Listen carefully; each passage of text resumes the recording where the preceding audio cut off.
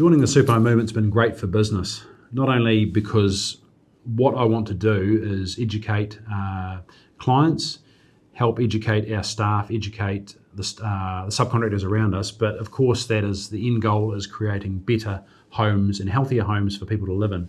That's the most important thing for me. Where we've gone is down a rabbit hole where there's lots of different solutions and products available across the board for everyone to learn about. So learning about that has been a great adventure for us.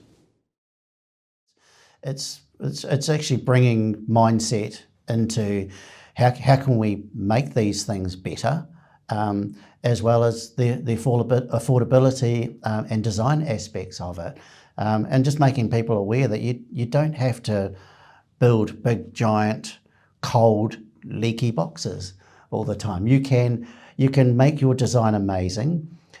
You can make it affordable, and you can make it for future generations to live in your house is to be affordable to run, warm, dry, healthy, all those factors, and it's not too scary to do. We've come a long way in 20 years, and I think, and so I think the momentum's there to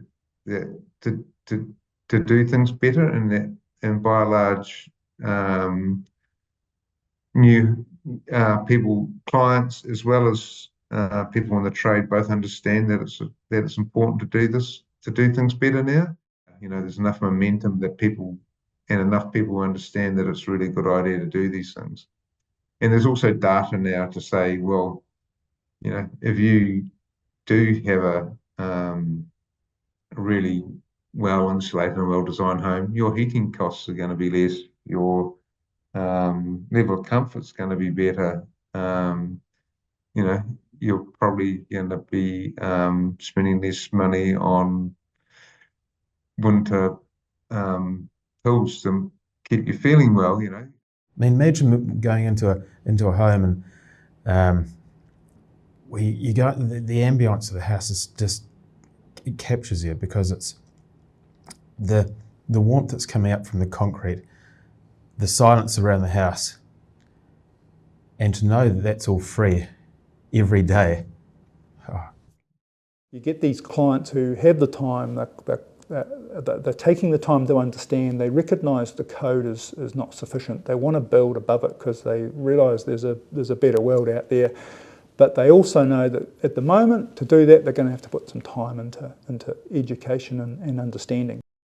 Yeah, so the Superhome standard is well above the current building code. Even though the current building code's been lifted a little bit, it's still not enough, and it's not a holistic approach. Where the Superhome movement has a holistic answer, the Base Better Best tool, which is really great. So it gives people options about how they can do better. We find that a lot more of our clients are more educated when they come to us, which is really, really good. And so, yes, I guess it's just been a journey, and rather than just sort of sticking with what's currently trendy and what's currently acceptable as a minimum standard in the building code, we've wanted to do things that make a bit more sense in terms of the durability and health of the participants. So, and when I explain to them, they say, "Oh, we've talked about a lot of this in Superhome." They say, "Well, we are doing it to the building code," and we go, "No, we're definitely going to do more than the building code, because that's what you have to do. That's not what's best for you." So what we're trying to do is take the complexity out of it and keep the messaging simple. So again, we listen to what people want, because if it gets too hard, it's amazing how many times people will go to the minimum building standard. And I think it's important that it is called a minimum building standard, because it is the lowest legal way that you can build a home in New Zealand. So I think a lot of it is just around conversations, and obviously those conversations can be supported by good education. So things like what Superhome's proposing here is beneficial, in that it's a tool for me that I can point people to. It's a tool where people, when they're searching online, because we all do it now, we look online before we talk to anyone. So, think about how our habits have changed in the last 20 years. I think in the last 10 years, or say 10, 15 years ago, if I'd thrown SIPS panels or ICF, insulated concrete formwork, blockwork, and stuff in front of clients, they would be really concerned about this revolutionary new untested technology, even though you're telling them that it's been used overseas for years.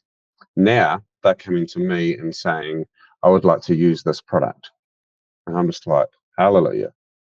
And people should really be talking about how we can build better and what materials are available, instead of just dropping this knowledge of that, this idea of that's how we've always done it and that's what we know and that's what we're going to continue to do, when there are better pathways, there are better ways to build that aren't necessarily hugely more expensive. This perception that building better is building so much more, putting more money into every project is actually a fallacy when the design is done right from the beginning. We're not delivering the warm, healthy homes that a lot of people seem to profess to. Mould is something that I think is really underrated when it comes to being an issue in New Zealand homes. Brands have lots of data out, and I think there's the Respiratory Foundation of New Zealand, or Asthma Foundation New Zealand, sorry. They have lots of information out about moisture in homes and how it causes mould and what it does to our health. It's something that can be solved. I think there's a misconception about the upfront cost of building new and including all these high performance systems into your new build. But what people have got to look at the end game, the overall cost savings in power bills, doctor's visits, or lack of, as the case may be, turns into money that you can put into your mortgage, which lowers your interest rate as you drop it down. But what is probably not talked about is the well-being, mental well-being. I'm sure if I was living in a mouldy, damp house, I'd be getting down and sort of my work would be affected and my lifestyle would be affected. So I think just where people can be educated on how to build better and include these systems and improve their well-being is one of the key most important things. I think the other thing that plays into this a little bit is just the New Zealand habit around how long they own their homes. So again, we need to be engaging people who are thinking about home ownership over a longer period of time, so they really get the benefit and the payback from the investment at the front end of that cycle. And those are good conversations. This is where we get into the real value behind building better.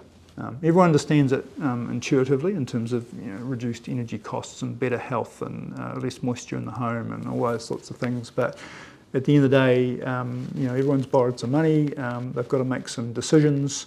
Do I get the fancy tap or do I get the better windows? And that's we have those conversations just about every day.